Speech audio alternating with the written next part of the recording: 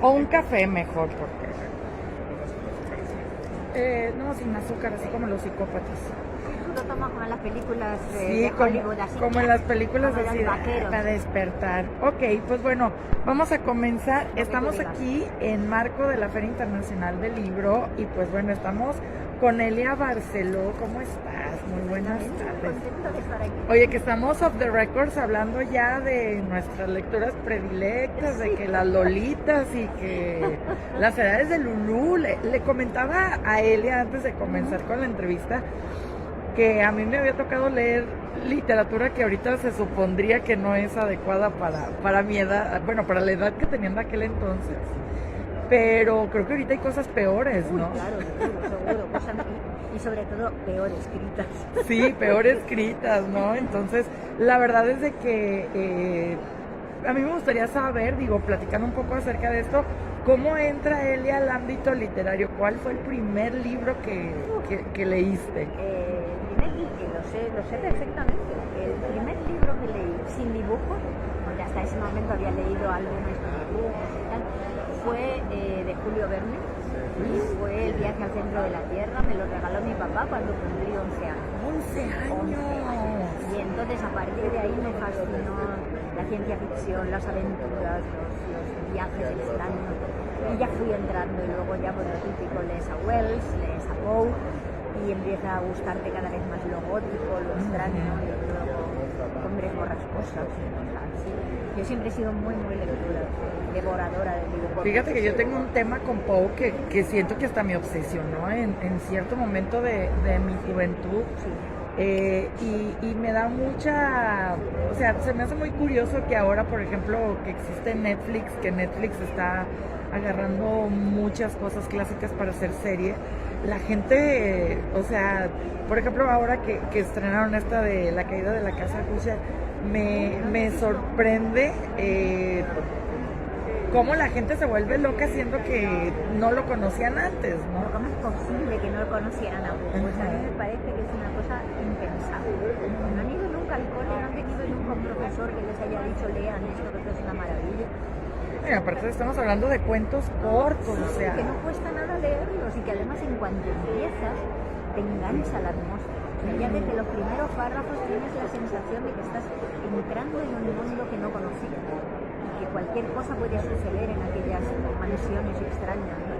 Fíjate que a mí, hablando precisamente de cómo llegan los libros a uno, creo que empezar leyendo ahora ya en tiempos modernos a Elia Barceló sería algo pues muy interesante, porque aparte manejas muchos conceptos y con un lenguaje muy accesible como para todo el público, ¿no? Entonces, con lo que estás presentando aquí en el Fondo de Cultura Económica, me gustaría que me platicaras acerca precisamente del mundo de Yare.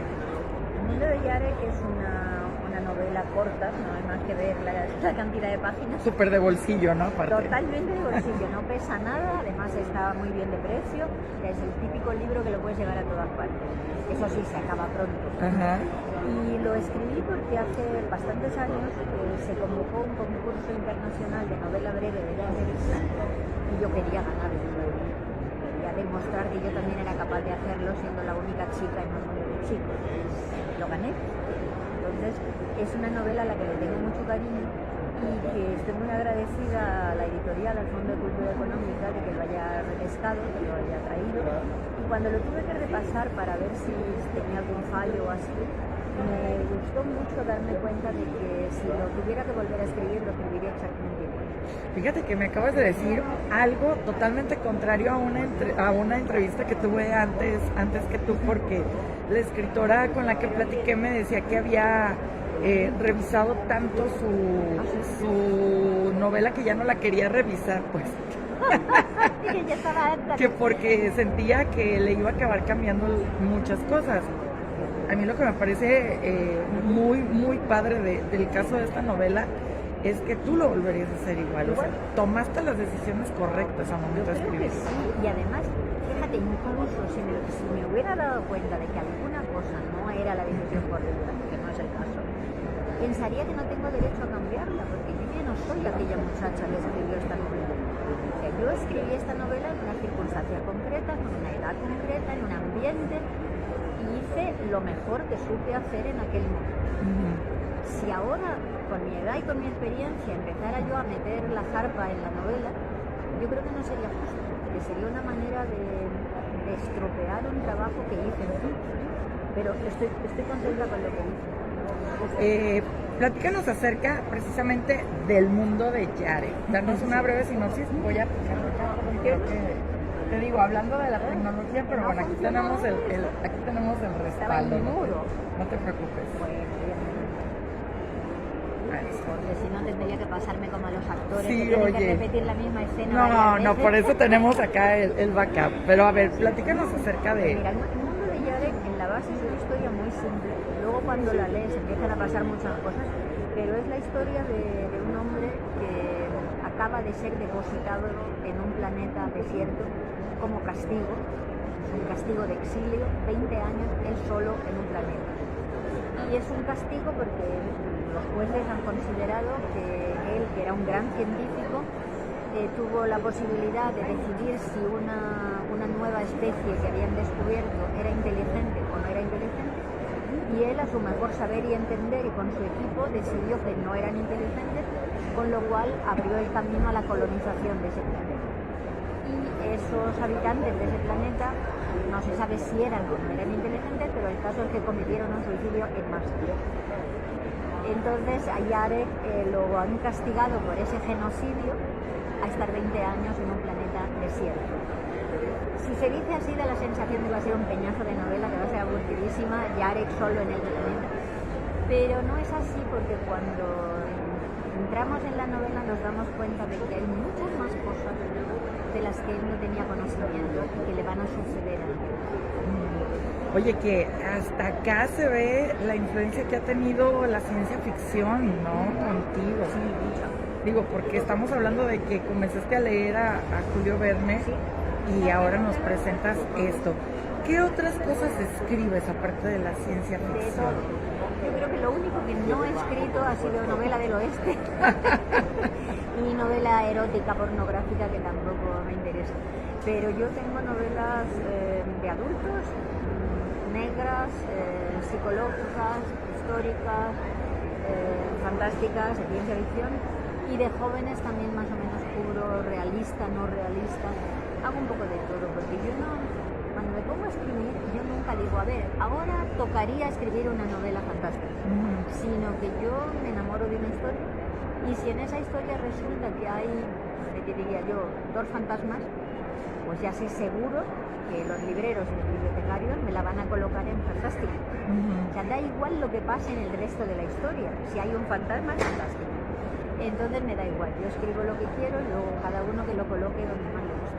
Y en lo personal, ¿cuál es el género en el que te sientes más cómodo?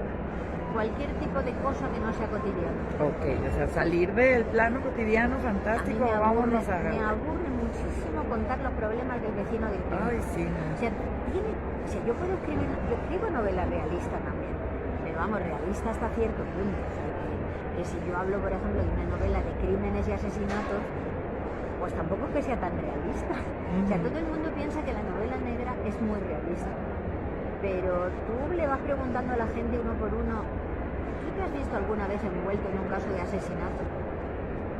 No. Es muy raro, ¿no? No, es rarísimo. Sin embargo, eso se considera que es realista. Mientras que si escribes de alguna cosa más o menos misteriosa, fantástica, eso no es realista. Sin embargo, prácticamente todos los seres humanos hemos tenido alguna vez en nuestra vida un ligero contacto con lo extraño, con lo paranormal. Pero preferimos eso no. Hasta de oídas, ¿no? Así que entre la familia, ay, no, es que en la casa del abuelo y... Sí, o estaba yo durmiendo y de repente vi una luz a los pies de la cama y tal y cual. Todo el mundo ha tenido algún tipo de contacto, pero eso parece que no es real. O por ejemplo, las pesadillas. Todos hemos tenido pesadillas. Eso forma parte de la realidad. Pero cuando lo pones en una novela da la sensación de que si una novela está creada a base de pesadillas, te la ponen seguro en la sección de literatura fantástica. Sí, ¿no? O sea, como todo lo que es Stephen King, simplemente por poner cosas paranormales, todo está en... Sí, pero a mí, por ejemplo, King, que es uno de mis autores favoritos, me parece que es el gran realista americano. O sea, yo he aprendido mucho más de la sociedad estadounidense con las novelas de Stephen King, con las de ningún otro escritor. Porque de verdad escribe cómo piensan, cómo sienten, cómo viven, cómo se enfrentan a los peligros, cómo se destruye el tejido social cuando pasa cualquier cosa que amenaza la seguridad. A mí me parece que es mucho más realista que fantástico. Sí, no, como que lo fantástico es solamente un ingrediente para contar la realidad. Un punto de partida, o sea, de qué nos pasaría si de repente sucediera tal. Y entonces, a partir de ahí, todo lo demás es realista. ¿Qué pasa con estas nuevas generaciones que como te comentaba también ahorita al principio, que a lo mejor no conocían a Poe y ven esta serie en Netflix y de repente dicen, sí que padre la serie, pero pues no conocían a Poe de nada, ¿no? A mí me parece muy triste que las nuevas generaciones conozcan, crean conocer a los escritores a través de otro arte. Porque a través de otro arte no se puede conocer a un escritor. O sea, la película puede llamarte la atención y hacer que tú vayas al libro, eso sí, pero en general no lo hace. Ya la gente ha visto la película y ya con eso le basta. Se cree que ¿para qué lo voy a leer si ya sé lo que pasa? Pero es que en un libro lo importante no es lo que pasa, lo importante es cómo pasa lo que pasa, qué te hace por dentro. Entonces me dan un poco de pena porque se están perdiendo maravillas, auténticas maravillas, que en una novela te ofrece la posibilidad de que tú colabores, de que las imágenes sean tuyas, mientras que la película las imágenes son las que son. Ya no puedes imaginar otra. Y además, o sea, hay escritores que bien lo dicen, ¿no? Por ejemplo, a mí me gusta mucho Milan Kundera y él lo dice en sus libros. Mis libros son imposibles de adaptar, Sí, ¿no? y sin embargo lo han inventado. Y horriblemente. Lo han inventado, pero no ha funcionado, porque no se puede hacer. Por ejemplo, el Don Quijote. Don Quijote debe haber 7.000 versiones de Don Quijote. Todas son malas, todas, y aburridísimas. Porque en una película no puedes usar el juego de narradores que él usó. Y lo que da vida al Quijote es cómo se narra. Entonces no vale la pena que se empeñen en hacer más películas de Don Quijote porque no va a funcionar. Es lo que yo creo que va a pasar con Rulfo, Pedro Páramo. No la he visto. Ni la veré. Yo tampoco. Y tampoco creo que vaya a funcionar el 100 años de soledad. Fíjate que precisamente, qué bueno que tocas ese tema, antes de llegar, me encontré un youtuber, ahorita también está muy de moda, que por ejemplo te explica, ¿no?, el contexto del libro, y me pareció muy interesante porque pues 100 años de soledad es toda una línea de sangre que va por muchos años, se explica ¿no? sola. Y se no hace explica, falta que nadie te explique nada, te lees la novela y lo entiendes. Pero esto puesto en una serie tendría que durar 1000 temporadas. Claro, ¿no? es imposible. Exacto. Y además todos los pensamientos de los personajes desaparecen. Porque tú en una serie lo más que puedes ver es a un señor o a una señora poniendo así cara interesante, mirando al horizonte, pero tú no sabes qué es lo que está pensando. Y eso en la novela sí lo sabes. Oye, que aparte es una cosa que creo que es parte de la profundidad de lo que nos ofrecen las novelas. Este discurso interno. Cuando nosotros vemos una película, todo el tiempo es acción, acción, acción, acción, acción. A menos de que haya un narrador omnisciente en la película que corta la trama porque el cine es acción. Y que te explica cosas que deberías ver, pero te las explica. Ajá. Pero no te a mí me llama mucho la atención que cuando estás investigando sobre una novela o una película o tal, sobre todo películas, cada vez encuentras más películas tal y tal, final explicado. O sea, pero ¿qué pasa? Que la gente ya no es capaz de entender el final de una película. No, ya. Creo que ni siquiera llegan al final. Por favor. Bueno, hablando de eso, en este viaje, no, en el anterior, estaba yo en un avión y había un tipo sentado a mi lado que vio como, no sé, 16 películas, porque las veía con el forward. O sea, empezaba la película y iba pasando rápido, a ver qué pasa, a ver si lo mataba, a ver si tal, y enseguida terminaba la película y ponía otra. Luego dirá que ha visto 15 películas. No se ha enterado de nada. No, digo, pasa lo mismo con la literatura, ¿no? Creo que este mundo en el que vivimos actualmente, la gente está corriendo para todo y se están perdiendo de los placeres que, por ejemplo, el libro tiene un rollo que no tiene el cine, ¿no? Que, por ejemplo, te quedas pensando, te regresas, vuelves a leer, y que tampoco tiene el libro electrónico a veces también. Un libro electrónico yo tengo y me gusta porque para los viajes es sensacional, pero es verdad que muchas veces no ves la estructura del libro. Pero cuando un libro está hecho, yo qué sé, esto es el pasado, esto es el presente, esto es un flash forward al futuro, hay veces que tú quieres volver a leer lo que ya leíste, a ver, esto ya salió, a ver qué dijeron. Te cuesta tanto encontrarlo que dices, bueno, es igual, lo dejo. Y en un libro de papel puedes poner papelitos, lo marcas y tal. Exactamente. Que a mí, fíjate que las redes sociales son herramientas para el bien y para el mal al mismo tiempo, ¿no? En TikTok yo he encontrado, obviamente tú vas a entrenar a tu algoritmo, es como, pues inteligencia artificial es como entrenar tu cerebrito, ¿no? Entonces, por ejemplo, yo me he encontrado canales muy interesantes en donde de repente hablan acerca de esta cultura del libro, de ponerle el separador, de las frases, de que también se rompe este esquema de que el libro no se raya, etcétera, etcétera, para que también tengas una dinámica con el libro un poco más... Una relación entre el libro y tú. Exactamente, que se vuelva tuyo. Claro. Así como hay muchas cosas que son basura, pues, en las redes sociales, ¿no? Sí. Es lo que... Ya llegó el mariachi. Es lo que decías tú, todo tiene ventajas y inconvenientes. Entonces las redes sociales, a mí por ejemplo, me han permitido conocer gente que de otra manera no había conocido, o llegar a artículos o a obras que no me habría encontrado a lo mejor en una librería, pero por otro lado también hay mucha basura, mucha mentira, y hay muchas cosas que si no vas a comprobar en otras fuentes, si te están engañando, hay veces que sí que te están engañando. Y si eres joven y te engañan regularmente, acabas creyendo de unas salvajadas inmensas y eso te estropea la vida.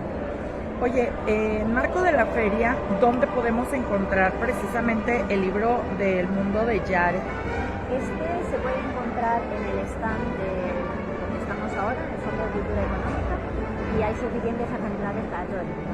¿Y a ti dónde podemos encontrarte en redes sociales? En redes sociales estoy en antiguo Twitter, me niego a llamarlo X porque me da asco, pero ahora estoy migrando de Twitter a Blue Sky y también en Instagram.